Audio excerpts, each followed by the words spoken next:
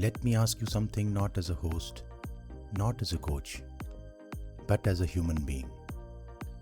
When was the last time you felt truly understood by your family? Not judged, not compared, not pressured, just understood. In many Asian cultures, love is rarely spoken. It is expressed through expression. Study harder, my boy. Be successful. Don't embarrass the family. And slowly, quietly, something inside us begins to suffocate. Today, we break the silence. It is not just a podcast episode. It is a mirror, a healing space, and perhaps the beginning of a new conversation. Welcome to Breaking the Silence, Mental Health and Family Pressure in Asian Cultures.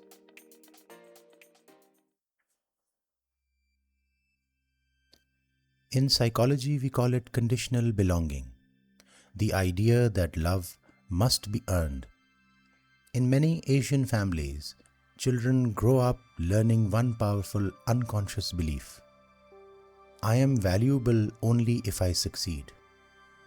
Think about that for a moment.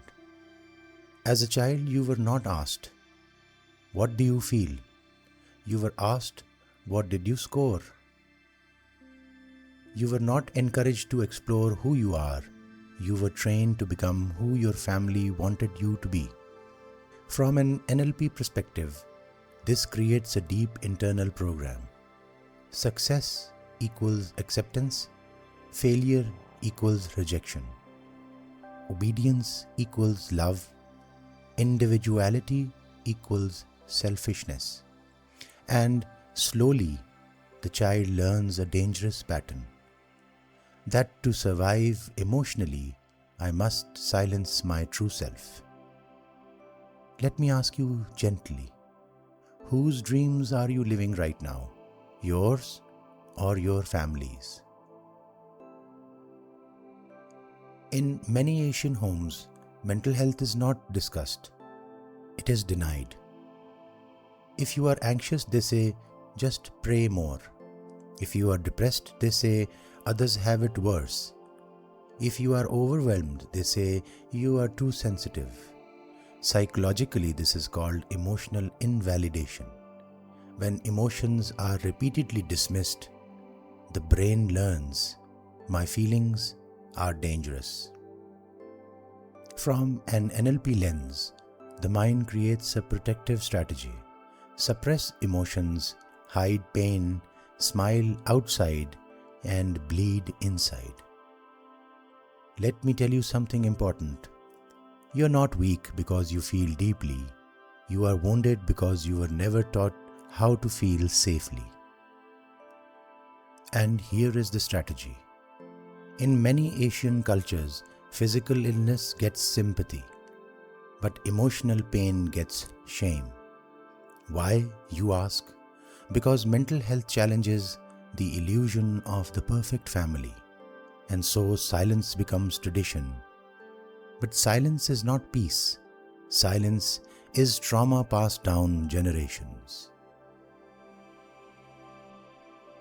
Let's go deeper. When a child grows up under constant pressure, something subtle happens. They stop asking, who am I? And start asking, what do they want me to be? This creates what psychologists call fragmented identity. You become a good son, but not a happy human. A successful daughter, but an exhausted soul. A perfect student, but an anxious adult. In relationships, this shows up as fear of disappointing others, difficulty expressing emotions, overthinking and guilt, people-pleasing, and emotional distance. Let me ask you a powerful coaching question. If your family had no expectations, who would you become? From an NLP's perspective, many people in Asian culture run on unconscious scripts like, I must not say no. I must sacrifice myself. My worth depends on approval. And these scripts silently destroy relationships not just with others, but with yourself. Because when you betray your own truth long enough, you forget what truth really feels like. Now let's shift from pain to power. Healing does not mean rejecting your culture. Healing means redefining your relationship with it. So here are 3 NLP-based frames. Number 1, reframe family pressure. Instead of thinking my family is controlling me, try this reframe. My family loves me, but they express love through fear and expectations. This doesn't justify the pressure, but it helps you detach emotionally from guilt. Number 2, create emotional boundaries. Say this internally: I can respect my family without sacrificing myself. Repeat it slowly. Respect does not require self-destruction. Number 3, reprogram your inner dialogue. Old belief: if I fail, I am nothing. New belief: my worth is not negotiable. In coaching, we call this identity level transformation. You stop defining yourself by roles and start defining yourself by essence. Let's challenge a dangerous myth in Asian culture. The myth is success means money, status, and approval. But what if success means peace of mind, emotional freedom, authentic relationships, and self-respect? Ask yourself honestly, are you successful or just socially impressive? From a deep psychological perspective, many people in Asian cultures are not living, they are performing. Performing for parents, performing for society, and performing for relatives. But performance is not purpose.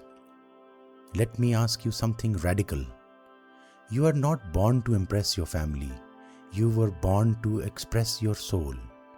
And when you redefine success internally, something magical happens.